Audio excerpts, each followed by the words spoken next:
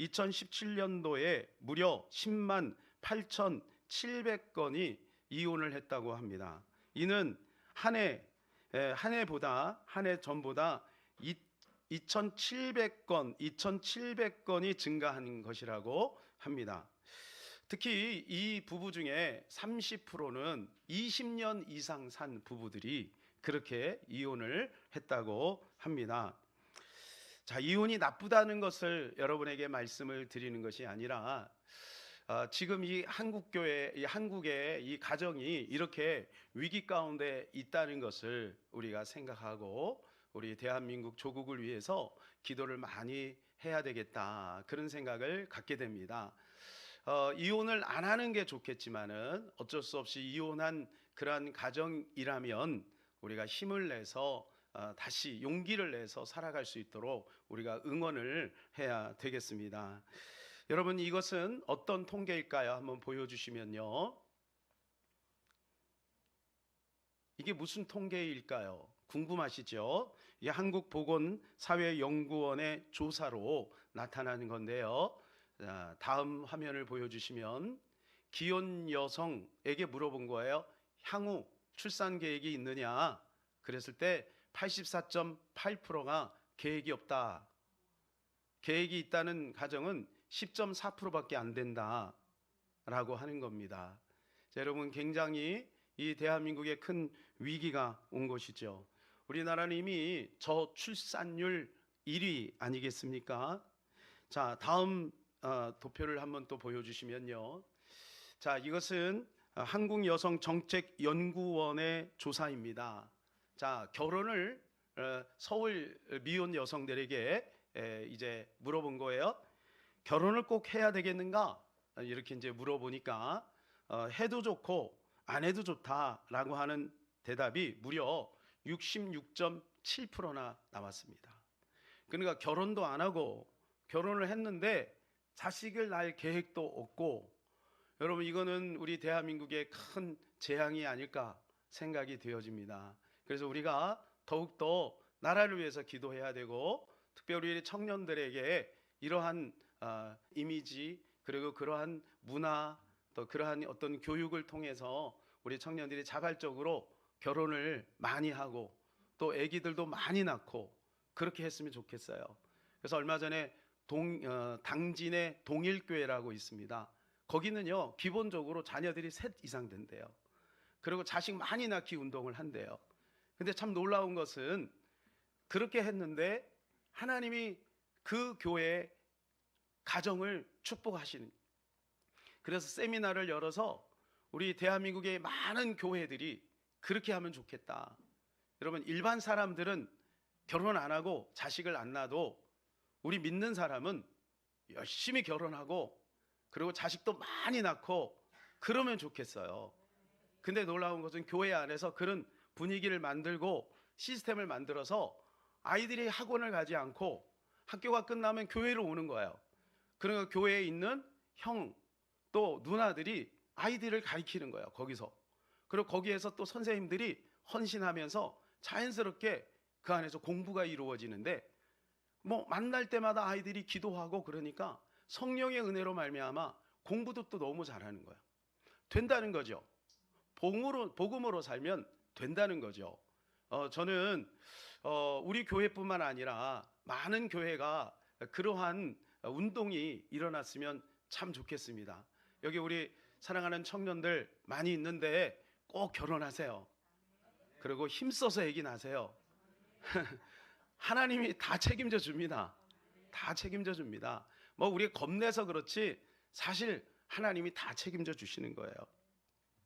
그런데 좀 더 안타까운 소식들이 들려오지요. 그것은 뭐냐면 요즘에는 그렇게 가족 친지 살인들이 많아요. 얼마 전에도 어떤 가정에서 막 다툼이 일어나다가 남편이 아내를 찌르고 죽이고 그리고 자식을 데리고 아파트 옥상에 가서 뛰어내렸어요. 심지어는 동생이 형을 차로 깔아뭉개고 그 부모님을 물속에다가 집어넣고, 뭐 이런 일들이 우리 주변에 점점 많이 들리는 이유는 무엇일까요? 참으로 안타까운 그러한 사연이 아닐 수가 없습니다. 그래서 우리 교회는 아주 작은 몸부림을 지금 하고 있어요. 그래서 아침에 우리가 전도를 나가게 되면 이런 팻말을 들고 그들에게 보여드립니다. 예수님이 여러분과 여러분의 가정을 지키십니다. 이것이 그들에게 정말 마음에 와닿는 메시지가 되었으면 좋겠다. 그런 마음으로 우리가 이렇게 전도를 하고 있습니다. 가정의 달 첫 주에 야곱의 가정을 선택한 것은, 야곱의 가정은 지금 이 현대의 가정과 너무 흡사하기 때문에 그래요. 야곱은 정말 그 가정이 복잡합니다. 우리가 성경을 보신 분들은 아시겠지만 얼마나 복잡한지 몰라요. 그런데 또 야곱의 가정만큼 하나님의 은혜를 많이 경험한 가정도 드뭅니다. 야곱은 이민 가서 가정을 이루었어요. 그죠? 이민 가서 자녀가 넷이나 됩니다. 부인이 넷이나 됩니다. 부인이 넷이 되니까 행복하겠습니까? 한 사람도 힘든데 4명이 되니 얼마나 야곱이 힘들었겠어요.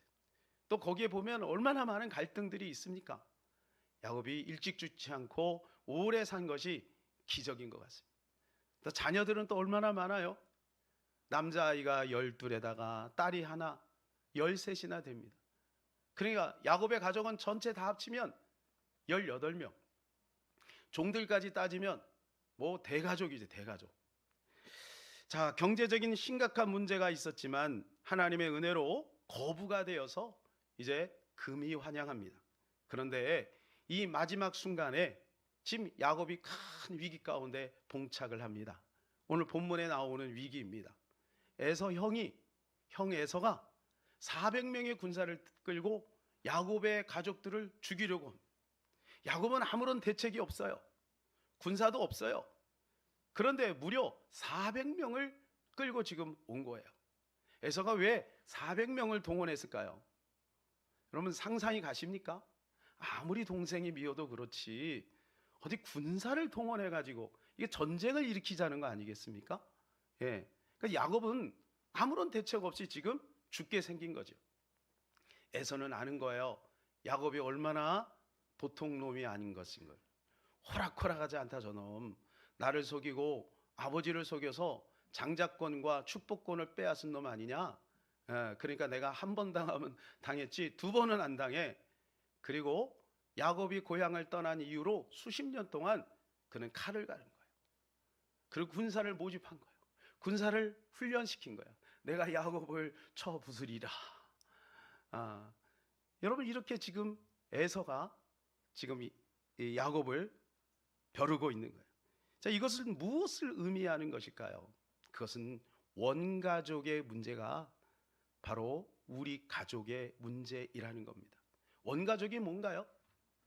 원가족은 부모가족입니다. 부모가족. 그래서 우리 남자, 여자가 만났을 때 이 남자의 부모의 가족, 여자의 부모의 가족이 같이 만나는 그 문화, 그 습성, 그 가치관, 그것이 같이 만나는 거죠. 그 야곱에게 가지고 있었던 문제가 지금 그 아내와 자녀들은 이유도 없이 지금 당하게 된 것이죠. 그래서 우리 청년들이 결혼을 앞두고 양가 부모를 잘 이해할 필요가 있어요. 완전 클리어한 그러한 가정은 없어요. 그러나 우리가 이해만 하고 있어도 여러분이 결혼 생활하는데 큰 도움이 되리라고 생각이 되어집니다. 자, 3가지를 한번 나눠보려고 하는데 첫 번째는요, 가정은 본래 불완전하다라고 하는 겁니다. 따라서 가정은 본래 불완전하다. 이 전제를 분명히 가지고 있어야 돼요. 불완전한 사람과 불완전한 사람이 만나는 거예요. 불완전한 가정과 불완전한 가정이 만나는 거예요.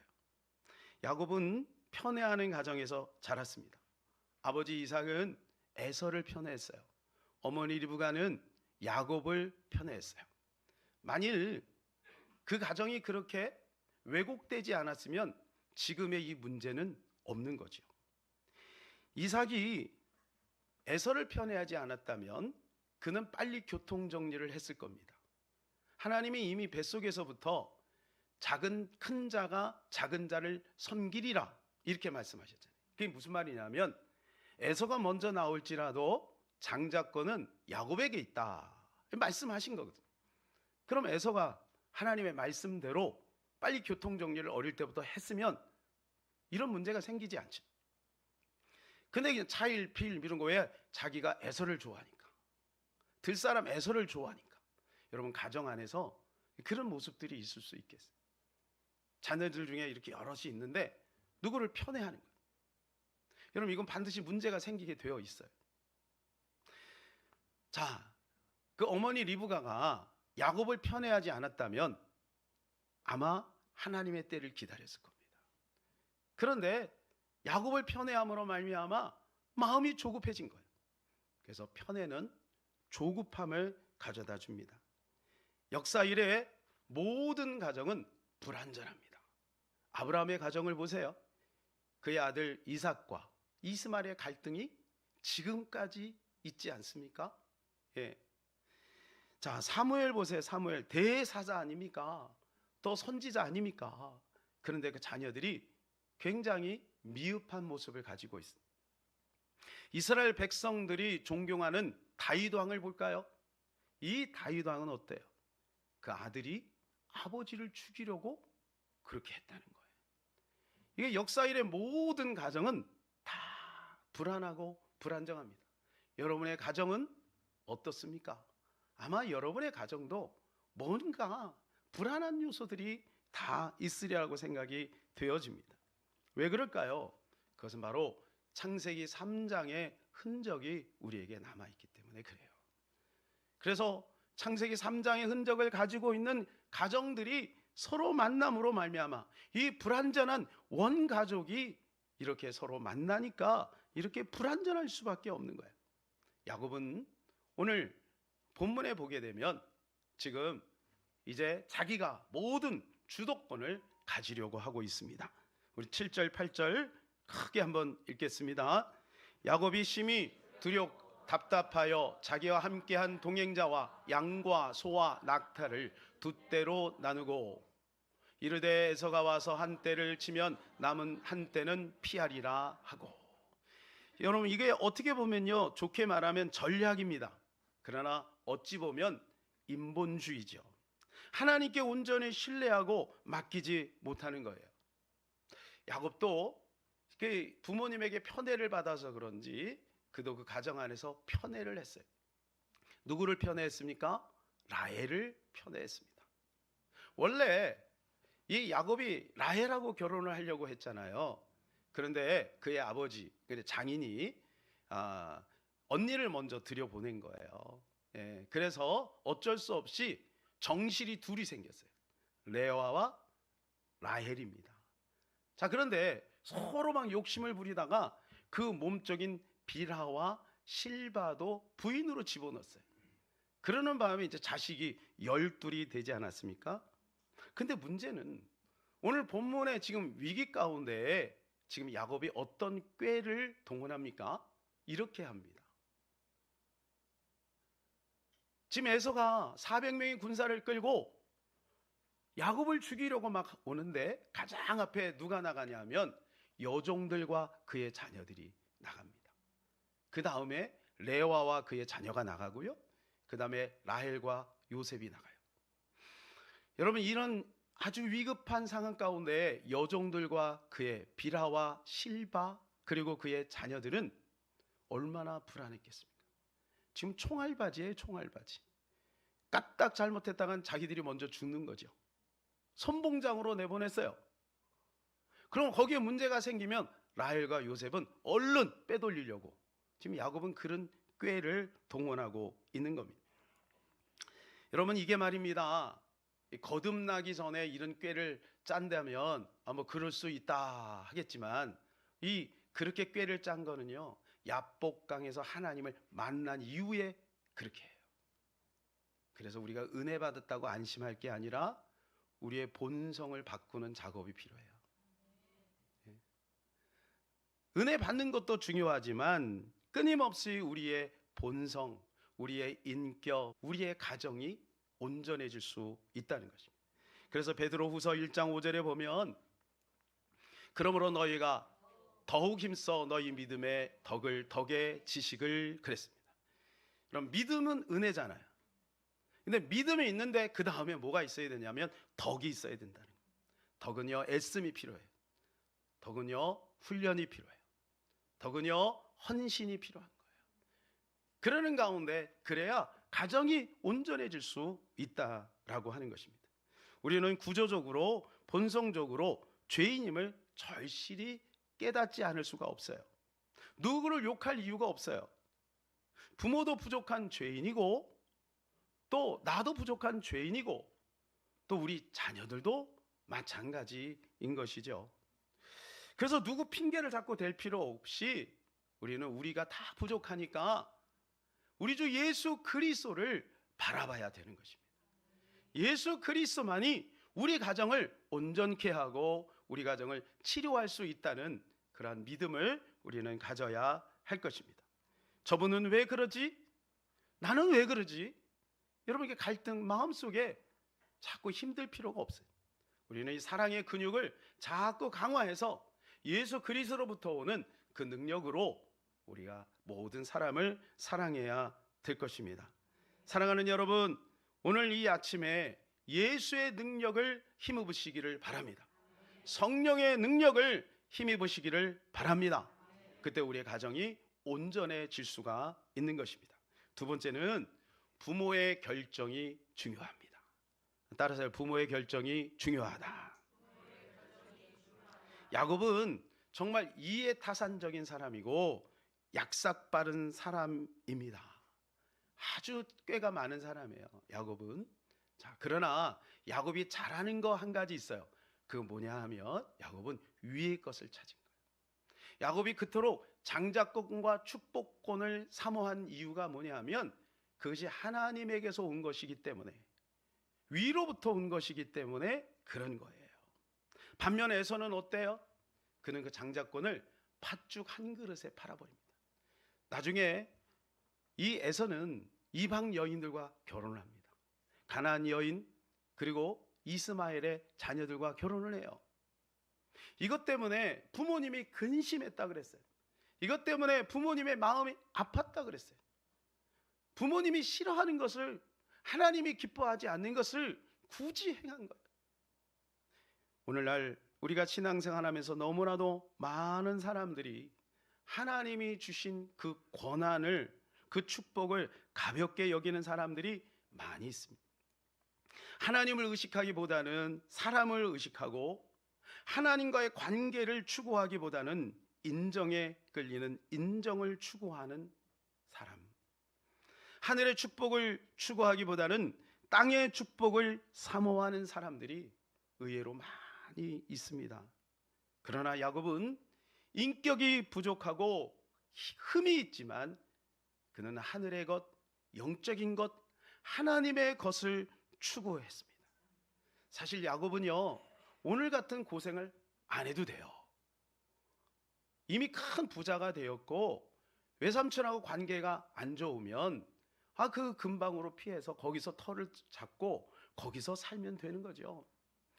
지금 야곱의 나이가 97세입니다. 학자들이 계산을 해보니까 97세예요. 이제는 안정, 그 다음에 노년, 그리고 갈날을 준비할 그 나이인데 야곱은요, 믿음을 선택해요. 자, 9절을 읽어볼까요? 야곱이 또 이스라엘 내 조부 아브라함의 하나님, 내 아버지 이삭의 하나님 여호와여, 주께서 전에 내게 명하시기를 내 고향 내 족속에게로 돌아가라, 내가 내게 은혜를 베풀리라 하셨나이다. 무슨 말인가요? 지금 이 야곱이 하나님의 명령을 따라 움직이는 거예요. 하나님 뭐라 그러냐? 내 고향, 내 친척으로 돌아가라. 어디로 가라고요? 가나안 땅으로 가라. 하나님께서 그곳에서 계획이 있는 거죠. 야곱은요, 그 말씀 붙들고 그대로 행해요. 야곱이 얼마나 많은 이 결정을 내리기 전에 얼마나 많은 갈등이 있었겠습니까? 그 먼 거리에서, 아람에서 가나안 땅까지는요 600km입니다. 지금도 600km 여행을 하려면 쉽지가 않아요. 서울에 부산까지가 400km예요. 400km. 근데 600km라는 그 먼 거리를 광야의 위험, 강도의 위험, 그 가족들 자녀들이 또 얼마나 불평이 많아요. 왜 가야 돼 내가? 여기 친구들도 다 있고 그런데 내가 왜 가야 돼? 아마 이런 굉장히 많은 이게 부정적인 피드백을 야곱은 받았어요. 그럼에도 불구하고 야곱은 결정을 내려요. 왜요? 하나님의 말씀이니까. 그리고 하나님 말씀대로 가는 것이 우리 가정에 행복을 가져다 주는 거니까. 그래서 야곱은 그 길을 떠납니다. 엄청난 모험이죠.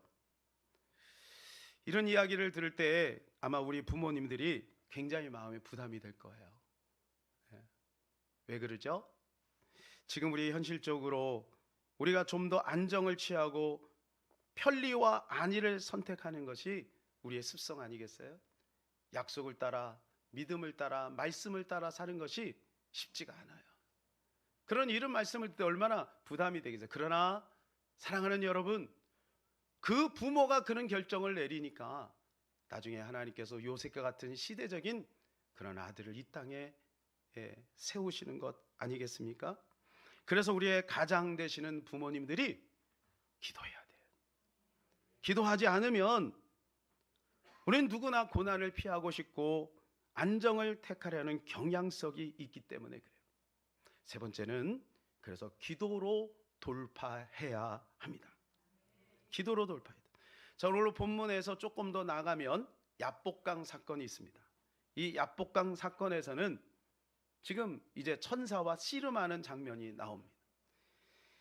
야곱이 다 보내고 나서 이제 혼자 외롭게 남았는데 천사를 만나요. 그리고 천사와 이제 씨름을 밤새워서 하게 됩니다. 우리가 잘 알듯이 이것은 하나님과 기도하는 장면이라고 묘사합니다. 하나님과 기도하는데 밤새서 영적인 싸움을 싸우는 거예요. 나를 축복하지 않으면 내가 당신을 보내지 않겠나이다. 이렇게 고백을 하면서 밤새워서 싸우다가 결국 환도뼈가 부러집니다. 사랑하는 여러분, 우리가 하나님의 말씀과 현실이 상충하고 충돌될 때에 우리는 기도해야 합니다. 기도해야 돌파할 수가 있어요. 말씀을 따라가는 것, 그것이 명분이고 그리고 그렇게 하고 싶은 마음이 있어요. 그러네, 현실이 우리를 붙잡는 거죠. 제자들이 예수님께서 나를 위해서 1시간 동안 기도하자 그랬더니 그들이 어떻게 해요? 쿨쿨 잠을 자죠. 그때 예수님께서 뭐라 그래요? 너희 마음은 원이로되 육신이 약하도다. 자, 여러분, 이것은 무슨 말이냐면 하나님 이해는 해주신다는 거예요. 근데 시험 들어요. 이해는 해주세요. 피곤하니까 바쁘니까 기도 생활 조금 뒤로 연기하고 바쁘니까 너 예배 생활도 살짝 뒤로 미루고 하나님이 다 이해하시겠지 뭐. 하나님이 다 이해하십니다. 근데 문제는 그들이 나중에 얼마나 큰 실수를 범합니까? 그러므로 여러분, 기도해서 승리해야 돼요. 기도의 자리를 양보해서는 아니 될 줄로 믿습니다. 얼마 전에 미국에서 있었던 이야기입니다. 라이언 화이트라고 하는 아이가 있었어요. 이 아이가 태어나서 몇 개월 후에 혈루병이 발견이 됐어요. 피가 계속 흐르는 거죠. 그러다 13살이 되어서 이제 수술을 하려고 하다가 수혈을 받았는데 잘못해서 에이즈가 걸린 거예요. 에이즈가 걸렸어요. 그런데 이 아이 좀 보세요. 부모도 원망하지 않고 형제도 원망하지 않고 의사 선생님도 원망하지 않고 오히려 부모님을 격려하고 위로합니다. 이것이 소문이 났어요. 그래서 매스컴을 타가지고 전 미국의 사회에 하나의 이슈가 됐어요. 그리고 많은 사람들이 이 라이언을 찾아와서 병문안을 하면서 위로를 합니다. 그 중에 그 당시에 레이건 대통령이 직접 찾아와서 그를 병문안했어요. 뭐 그때 당 잘 나가는 팝 가수 마이클 잭슨이 그를 찾아와서 또 병문안하고 또 위로를 합니다. 그가 나중에 18살에 세상을 떠나죠. 세상을 떠나고 나서 이 마이클 잭슨이 그를 추모하면서 너무 일찍 떠났어요 라는 곡을 만들었어요. 그리고 빌 클린턴 대통령이 취임하는 날 이 노래를 불렀대요. 마지막 이제 임종을 앞두고 그 아버지와의 그 대화가 기독교 잡지에 실렸어요. 그 아들이 이야기합니다. 아버지가 이야기합니다. 아들아, 미안하다. 나는 아무것도 너에게 해줄 수가 없구나. 이 아빠가 더 이상 어떤 선물도 줄 수 없음을 용서해 다오. 아버지가 이렇게 이야기하니까 라이언이 아버지를 이렇게 보면서 이렇게 답변을 했대요. 아니에요, 아빠. 전 아빠에게 최고의 선물을 받았어요. 제가 지금까지 많은 선물을 받았지만 아무도 아빠가 제게 준 선물 같은 선물을 준 사람이 없어요. 아빠는 내게 천국 열쇠를 주셨어요. 예수님을 소개해 주었고, 교회에 나가 예수를 믿게 해 주었고, 말씀을 통하여 영생을 얻게 해 주셨어요. 이보다 위대한 선물은 다시 없을 거예요. 이게 마지막 그가 한 멘트입니다. 사랑하는 여러분, 우리 자녀들에게 우리가 어떤 선물을 줄 수 있을까요? 뭐 수많은 것들을 줄 수 있겠지만 무엇보다도 우리는 우리 자녀들에게 이 믿음을 상속해야 될 줄로 믿습니다. 믿음의 선물을 나눠줘야 될 줄로 믿습니다. 이 올해 가정, 우리가 이제 가족들 간에 서로 이제 뭡니까? 음식도 같이 나누고 또 선물도 하고 합니다. 그러나 우리 사랑하는 가족들에게 진정 줄 수 있는 선물이 무엇일까요? 그것은 바로 우리 주 예수 그리스도인 줄로 믿습니다. 요한 웨슬레 뒤에는 바로 기도의 어머니 수산나가 있었습니다. 존 뉴턴, 그 위대한 목회자 존 뉴턴 뒤에는 그 사랑하는 아내와 어머니의 기도가 있었습니다. 세계적인 전도자 D.L. 무디 뒤에도 어머니가 있었어요. 다니엘 학습법을 만든 김동환 목사님 뒤에도 어머니의 기도가 있었어요. 사랑하는 부모님들이여, 우리가 정말로 행복한 가정을 이루는 것은 행복한 가정을 목적 삼으면 안 되는 거예요. 주님을 목적 삼아야 되는 거예요. 그래야 왔다 갔다 하지 않아요. 행복한 가정이 목적이 되는 순간 그때부터 우리는 흔들리기 시작합니다. 타협하기 시작하는 거예요. 우리는 행복한 가정을 뛰어넘어 우리 주 예수 그리스도 복음, 하나님의 가치, 하나님의 나라가 우선이 돼야 될 줄로 믿습니다. 오늘 야곱처럼요, 자녀들에게 불편함을 주고 가족들 전체에 어려움이 있지만 그러나 야곱은 꿋꿋하게 믿음으로 실행한 거예요. 나도 불편하고 그들도 불편해요. 그러나 그 길로 가는 것이 그 가정을 살리는 것이고 그것이 진정 자녀들을 축복하는 것이라고 믿습니다. 올 한 달 동안 우리 사랑하는 가족들을 사랑합시다. 특별히 우리 사랑하는 가족들에게 복음을 나눠주고 그들에게 이 복음으로 다가갈 수 있는 저와 여러분 되시기를 주님의 이름으로 축복합니다. 이 시간 우리 같이 은혜 같이 한번 부르기로, 그 자리에 다 일어나셔서 같이 한번 은혜를 부르는데 여기에 가사에 보면 이런 내용이 있어요. 내가 누려왔던 모든 것들이, 내가 지나왔던 모든 시간이, 내가 걸어왔던 모든 순간이 당연한 것이 아니라 은혜라고요. 여러분, 우리가 평범하게 살아가는 것이 은혜입니다. 제가 이번에 물사고가 났잖아요. 3층에서 물이 터져가지고 이건 감당을 못하겠어요. 그래서 어디서 누가 물만 해도 막 깜짝깜짝 놀래요. 그때 제가 깨달았어요.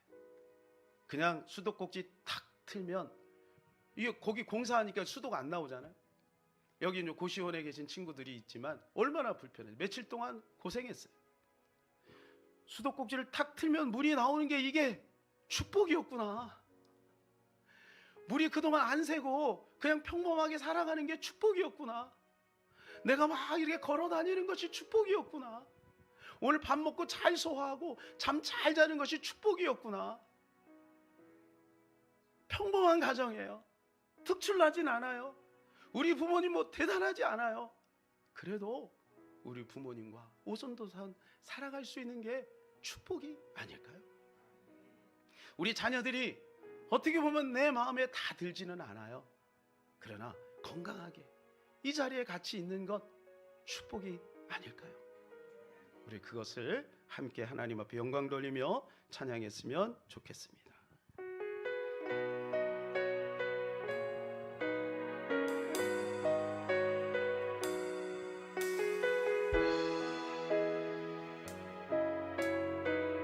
내가 누려왔던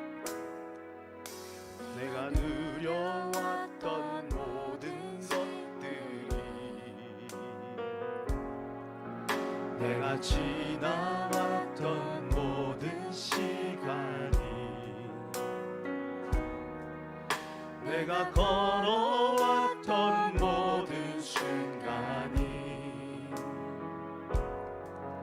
당연한 것 아니라 은혜였소. 아침 해가 뜨고 저녁에 노을, 봄의 꽃향기와 가을의 열매,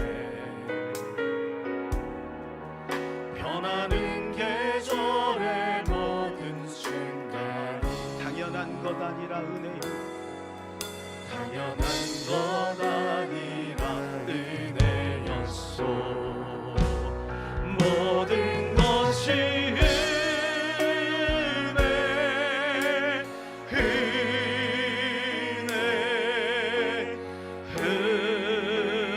은혜, 한없는 은혜. 내 삶에 당연한 것 하나도 없었던 것이, 모든 것이 은혜, 은혜였소. 내가 이 땅에 태어나 사는 것, 어린아이 시절과 지금까지 숨을 쉬며 살며 꿈을 꾸는 삶, 당연한 것 아니라 은혜입니다. 당연한 것 아니라 은혜였소. 내가 하나님의 자녀로 살며 오늘 찬양하며 예배하는 삶, 복음을 전할 수 있는 축복이 당연한 것 아니라 은혜였소. 모든 것이 은혜, 한없는 은혜. 내 삶에 당연한 것 하나도 없었던 것이, 모든 것이 은혜, 은혜였소. 우리 두 손 높이 들고 감사. 모든 것이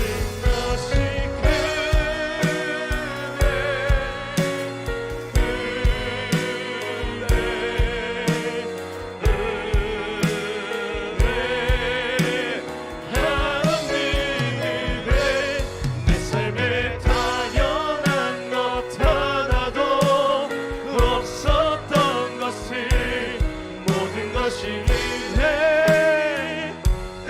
다시 한번요. 모든 것이, 모든 것이 은혜, 은혜,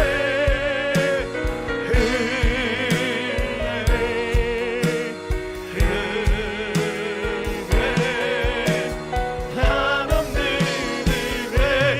내 삶에 당연한 우리 부모도 은혜도, 우리 자녀도 은혜입니다.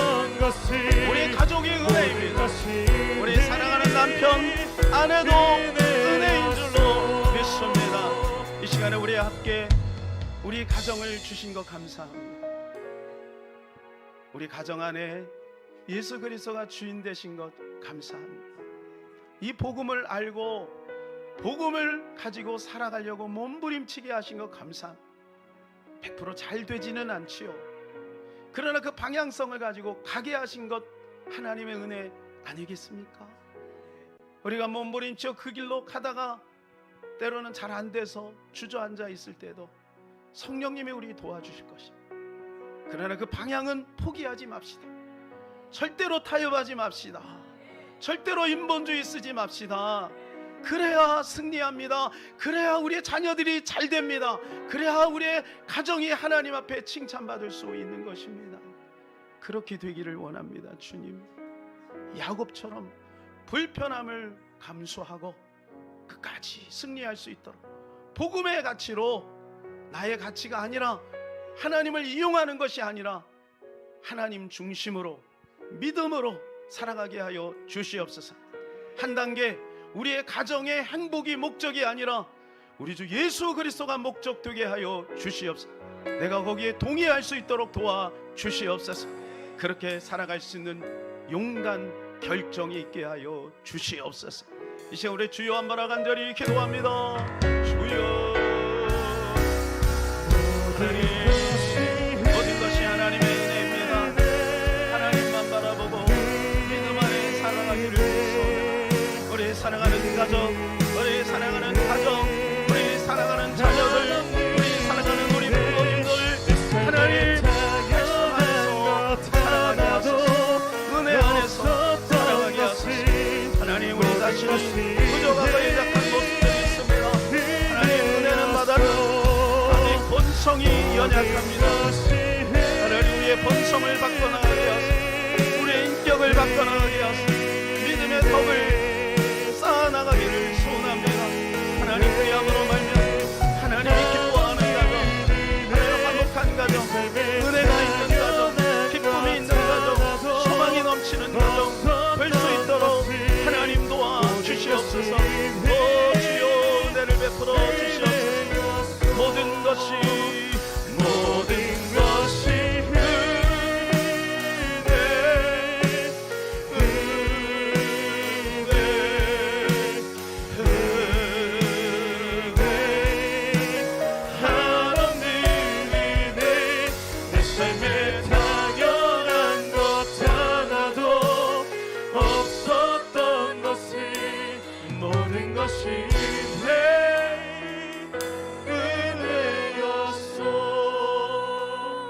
하나님, 우리가 잘해보려고 애쓰고 수고하고 눈물을 흘리며 가족을 위해서 헌신하며 살아갑니다.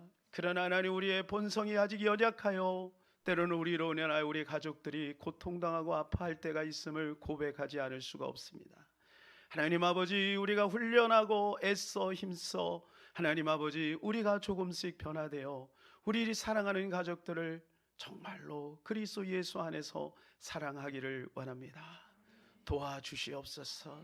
말씀을 기준 삼아 나갈 때 때로는 부담이 되고 현실과 충돌이 생길 때 하나님, 거기에서 타협하지 않고 하나님 말씀 붙들고 몸부림쳐 기도하여 야곱처럼 돌파하기를 원합니다.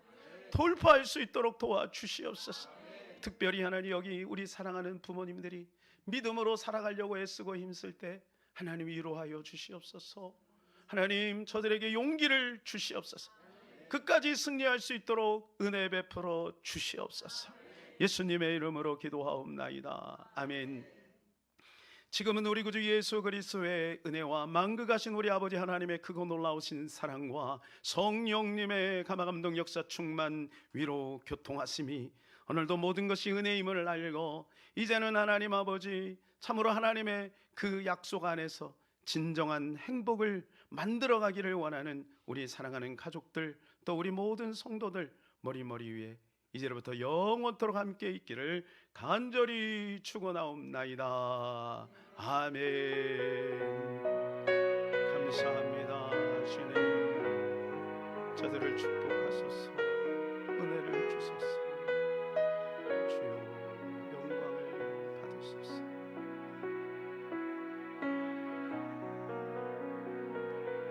우리 하나님께 영광의 박수를 올리겠습니다. 할렐루야.